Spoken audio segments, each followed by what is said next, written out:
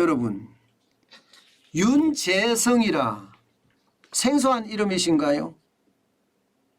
아마 미국의 투자자 중에, 그것도 한국계 투자자 중에 투자 전문가?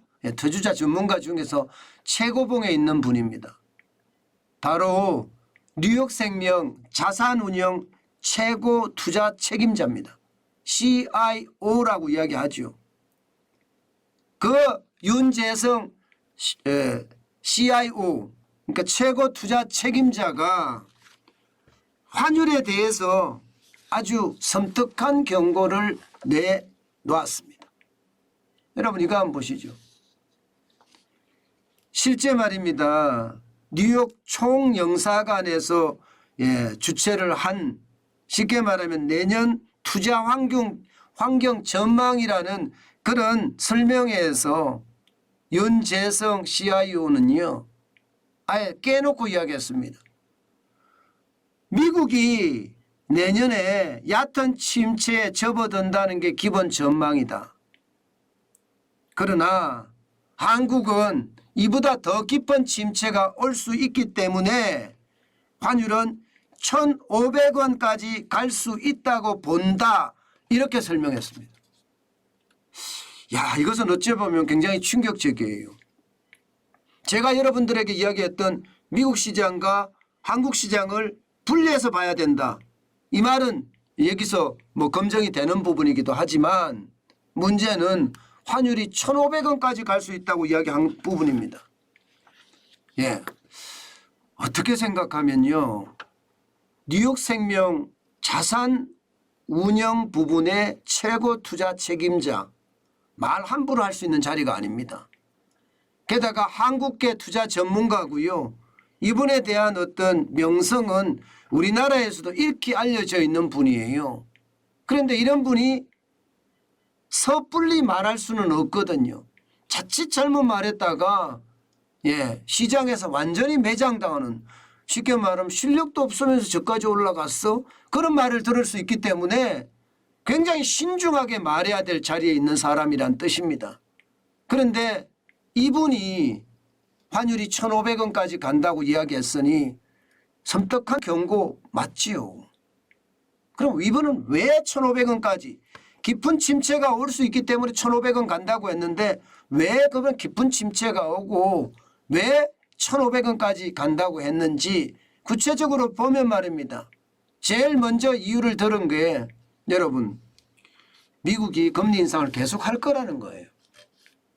12월에 빅스텝을 단행을 해서 미국의 기준금리는 4.5%입니다.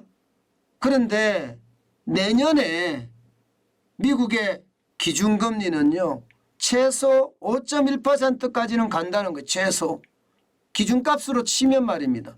5.1% 간다는 것은 지금보다가 0.6%포인트가 더 올라간다는 뜻이잖아요. 그러면 2023년 2월에도 2월 1일 날 FOMC 연방공개시장위원회가 열립니다. 그때 적어도 말입니다. 0.25% 올릴 거고, 그리고 3월에 곧 이어서 있습니다. 3월 22일에 연방공개시장위원회가 열리는데 이때도 0.25%가 올릴 수 있다는 이야기잖아요. 그리고 5월 3일에 있거든요. 5월 3일에.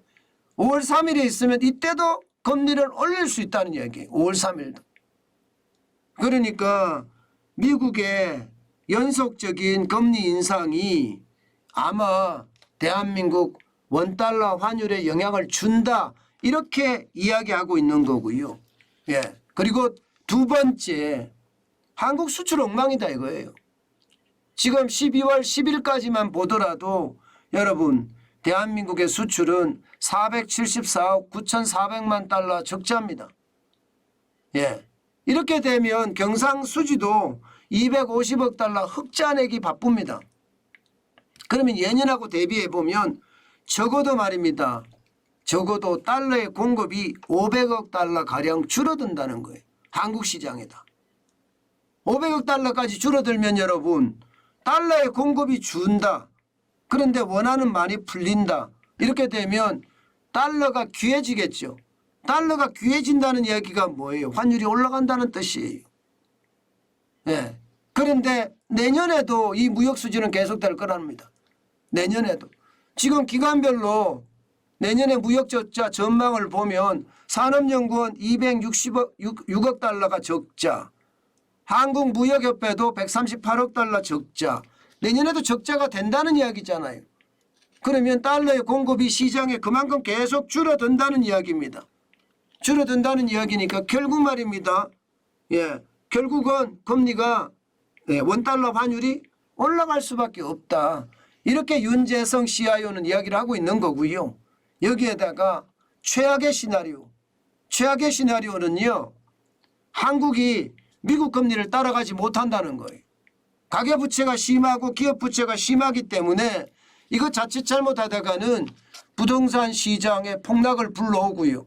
부동산 시장의 폭락이 결국 말입니다. 가계부채의 폭발이나 기업부채의 폭발로 이어질 수 있다는 겁니다.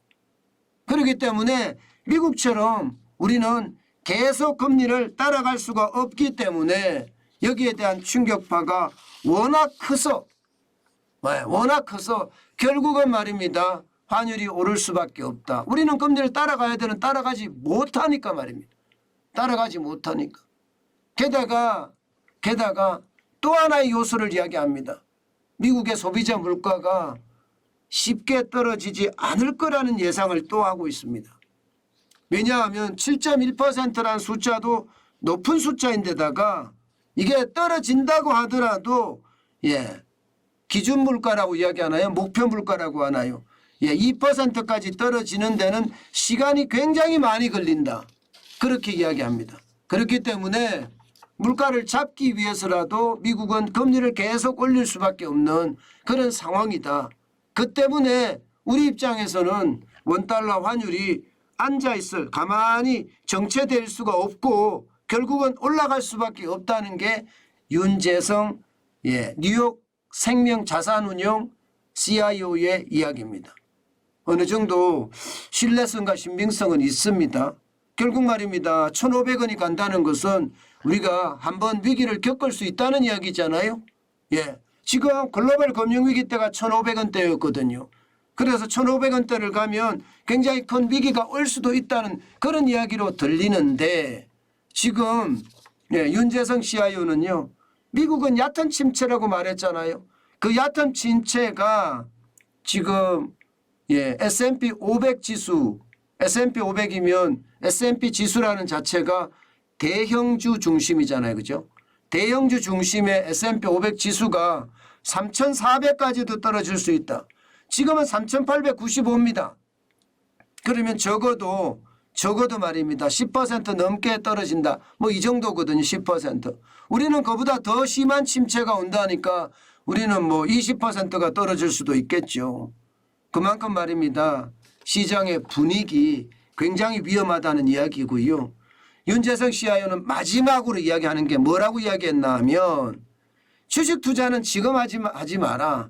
지금은 굉장히 위험하니까 내년 1분기까지의 시장 흐름을 확인하고 나서 투자하는 것이 좋다. 이렇게까지 이야기했습니다. 환율에 대한 이야기도 1,500원이라는 숫자는 결코 낮은 숫자가 아닙니다. 굉장히 높은 숫자예요.